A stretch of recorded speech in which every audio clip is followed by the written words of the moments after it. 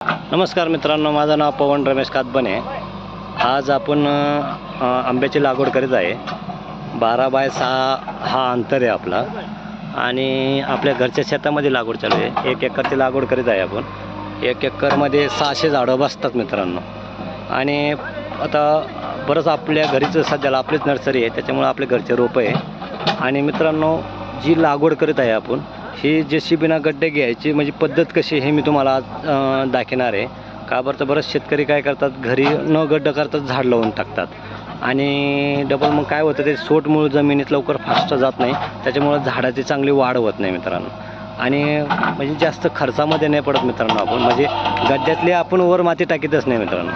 आता पहिली गोष्ट मी तुम्हाला जे अंतर सांगतो, ही आपण जी मार्केट पाडून घेतलेली आहे, चुना टाकून घेतलेला आहे मी। आणि सगळ्यात महत्त्व म्हणजे आपली जी जवळ लागवड आहे 6 बाय 12ची, तर त्याच्यामुळं लागवडीचं अंतर दिशा ही ना आपली पूर्व पश्चिम ही आपली 6 फुटाची लाईन राहणार आहे, म्हणजे 6 झाडाची लावायची अंतर।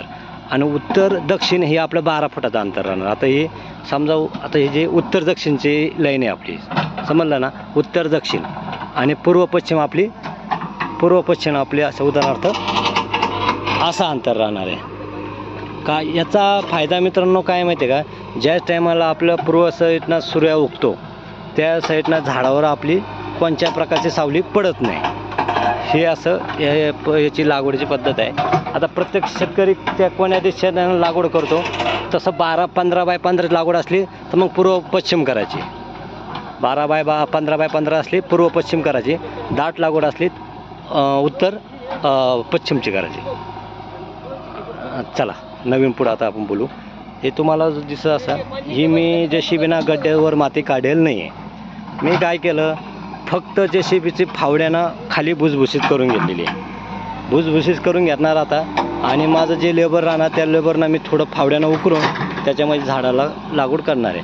आणि प्लस त्याच्यामध्ये खतं काय काय टाकणार आहे तुम्ही ध्यानात राहून द्या। शेणखत आपल्याला टाकायचं नाही। आपण काय करणार आहे, 1 किलो लिंबोळी खत उदाहरणार्थ, त्याच्यामध्ये सुपर फॉस्फेट सुपरफॉस्फेटमध्ये दाणेदार भेटते ते, आणि थायमिट किंवा बुरशीनाशक तुम्ही टाकू शकतात। अशा प्रकारे तुम्ही झाडाला खतं वगैरे टाकले ना, 1 नंबर झाड येतात मित्रांनो। आता मी तुम्हाला हे जे दिसत आहे ते मी तुम्हाला फक्त गड्ड्याचं नियोजनचं कसं आहे, दिशा कशी आहे ही दाखवलेली आहे। आता मी तुम्हाला लागवडीच्या टायमाला बी व्हिडिओ टाकणार आहे की झाड कसं लावायचं, खतं कसे टाकणार ते बी दाखवणार आहे मी। पण व्हिडिओ करायचं कारण एकच आहे की दिशा आणि गड्डे घ्यायचा प्रकार कसा। आता हे बघा, तुम्हाला दिसतं असं जेसीबी गड्डा करीत नाही आम्ही।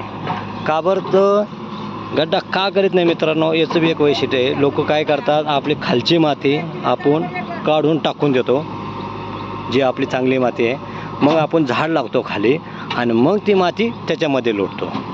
ती चुकीचं पद्धत आहे माझ्यानुसार। आता तुमचीनुसार तुम्ही, ही आपली जी वरची माती असते ह्यामध्ये आपल्याकडं सगळ्या प्रकारचं त्याच्यामध्ये खतं मिक्स असतात पहिलेच आपल्या लागवडीच्या, ती मातीला आपण डिस्टर्ब करायचा नाही।